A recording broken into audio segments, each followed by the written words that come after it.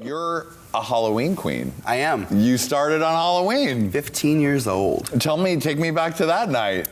You know, it was Elvira is what that was. And it was, my mom had taken me out to the local costume store and bought me an Elvira costume, a bagged costume, so of course it was quality. She allowed me to use her makeup, so naturally I learned at a very young age that liquid foundation, of course, covers men. So it was liquid foundation, and my mother, rest her soul, she painted the house down. My mother was painted out of her mind every day. Red lips, lashes, penciled on eyebrow. So I used all of her makeup, and a group of us went down to West Hollywood, and that's where the madness began. Wow, so West Hollywood at 15, honey. At 15, I mean, where else do you want to go for Halloween? Yeah, but you know, back in the day, West Hollywood at Halloween time was just everything. I mean, if you wanted to be seen and discovered on Halloween, that is where you went. Wow. Now I hear, and I haven't been in a long time, that it's so much photographing, a lot of tourists and things like that. But I haven't been back for years. Yeah, it's straight people have invaded and ruined it. So just sorry. Halloween is for the gays. Halloween is for the gays. It is, exactly. Thank you, Shannel, for getting that right. So obviously you must have had a very supportive mom if she was letting you be Elvira for Halloween. No problems with gender bending. I did. I am so blessed and so fortunate. My mother was truly my biggest cheerleader. She was my biggest fan. In fact, when I moved to Las Vegas and I had shows at Piranha nightclub for 9 years, she had her weekly Sunday seat.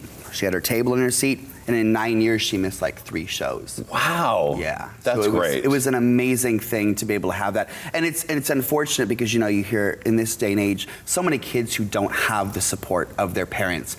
And that's when they become suicidal. That's when things happen. And it is a shame to me because due to the fact that fortunately, I never experienced ridicule or discrimination, things like that, especially from your parents. I was so blessed to have that love. And what better to be able to build and develop an art form that you love so much and to know that the woman that literally gave you life is there as your biggest cheerleader behind you. So she unfortunately passed in 2009, but I have not one negative or bad memory of my mother. I mean, she truly was behind me from day one. That's great. Yeah. Now, when did you come out, or were you just out? Because you were at 15 dressing as Elvira, but that's kind of out. That's literally when I came out. You know, it's interesting because growing up, being that introverted child, I don't think that my parents really ever thought I was gay.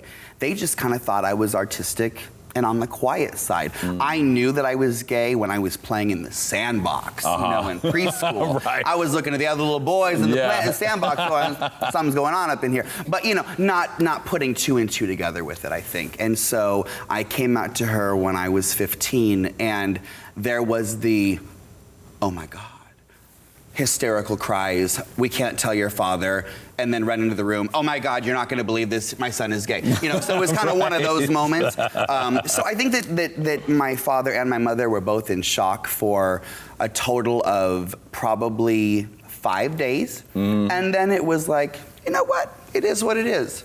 You love your child no matter who and what they are. Yeah.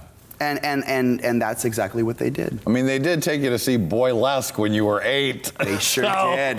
That started you on the path, I bet. It really did. My mother was and always was a major fan of Las Vegas. And although I grew up very blue collar, my parents lived paycheck to paycheck, they always made it a point to have 2 things happen. Number 1, we would always take trips to Las Vegas. They would charge up the card and make sure that everything was done top notch, and that I had an amazing Christmas. So those were always 2 very fond memories. So I remember being 8 years old, 9 years old, going to Las Vegas with my mother, and my mother, although she was not a partier, she loved entertainment. And we went to see Kenny Kerr's Boylesque.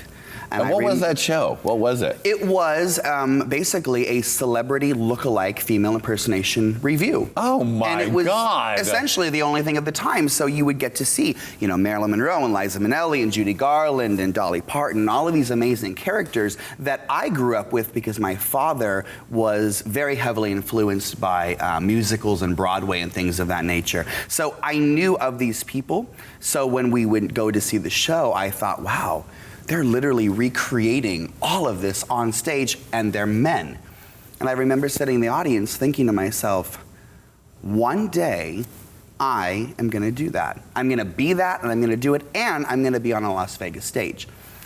Not having ever done drag, knowing anything about it. Right. But it was just this kind of, you know, aha moment where I said, that's gonna be my destiny. And it's weird that, like, everything, you know, in life kind of comes full circle with things. Yeah. So it happened. Wow. Yeah, and Kenny Kerr was such a genius. I mean, he was a live singer, he was a comedian. I mean, he truly ruled the art form of female impersonation in Las Vegas. He was an amazing headliner. Did you ever get to meet him and interact with him later? I did. In fact, I worked with him in a few different shows. Wow. Years later, actually in the Palm Springs area.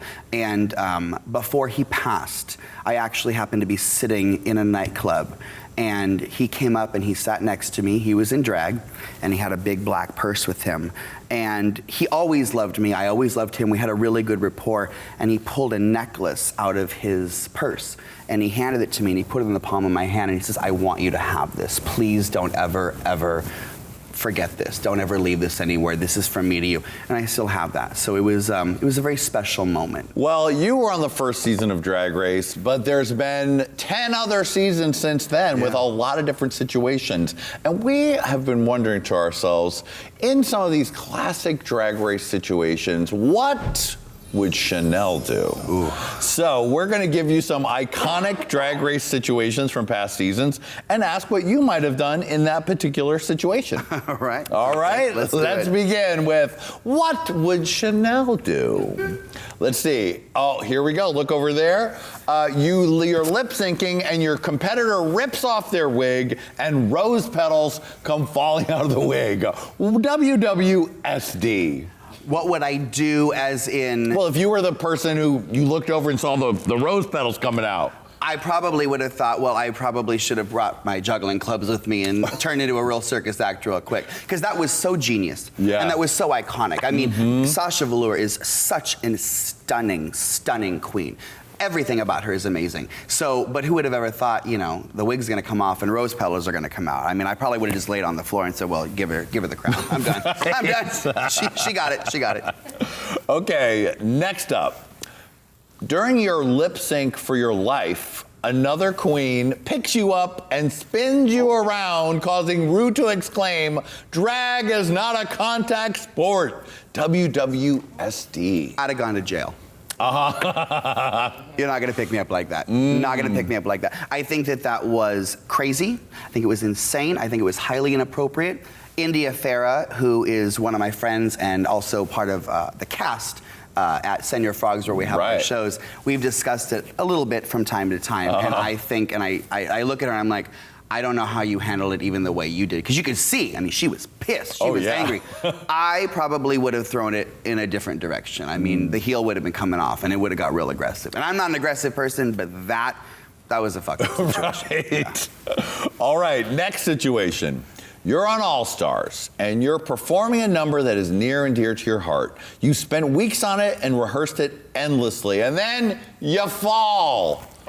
What would you do? WWSD. You know, I think in that moment, obviously you would have been shocked, but you play it off and you make it look like it was somewhat intentional to some degree. Or as soon as you get up, you do a trick or something that was even far greater than the moment of falling. What do you do? I mean, as an entertainer, we've all been on stage and we've all fallen. It happens. It's unfortunate. It sucks. On Drag Race, to be on the runway for it to happen, obviously, you know, not so cool, but it is what it is. You have to make you got to keep going. Yeah, you do. Okay, next situation. One of your competition in the workroom tells you she's gonna send the bitch home who she thinks is the strongest if given the chance. Do you send her home? You know, it's really difficult to say because in that moment, obviously your goal is you want to win. Mm-hmm. So do you throw ethics and morals into the equation?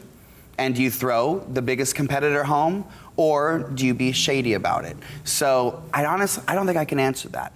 I think that my ethics and my morals would have kicked in though, to be honest with you. And honestly, I think why not compete with the strongest competitor? Right. I would rather know that I won to the best than have won and to kind of an error in that situation. Because I feel like that's an unfortunate situation. I think that anybody who's a true winner, you want to win to the best of the best. All right. Yeah. Last, you played Lucille Ball in All Stars Gaffin, and you did incredibly well, as one would expect. But who would you play if you were on a current season of Snatch Game, WWSD? You know, I might do Kirstie Alley. Oh.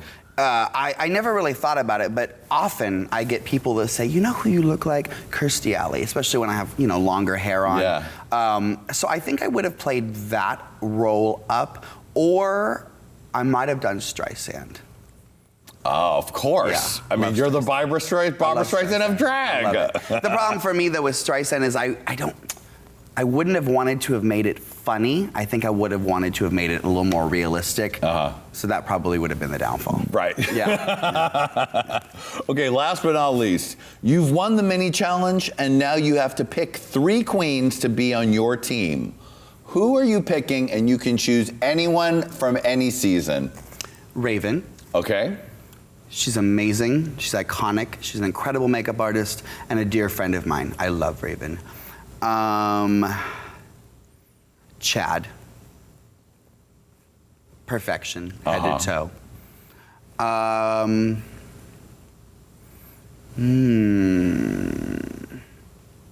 Probably Juju. Ah. I love Juju.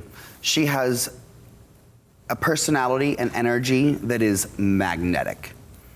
I think that she has the heart of gold, and I think that she is flawless from head to toe. All right, well played. That was What Would Shannel Do? That was riveting, actually. Well, good. I'm glad.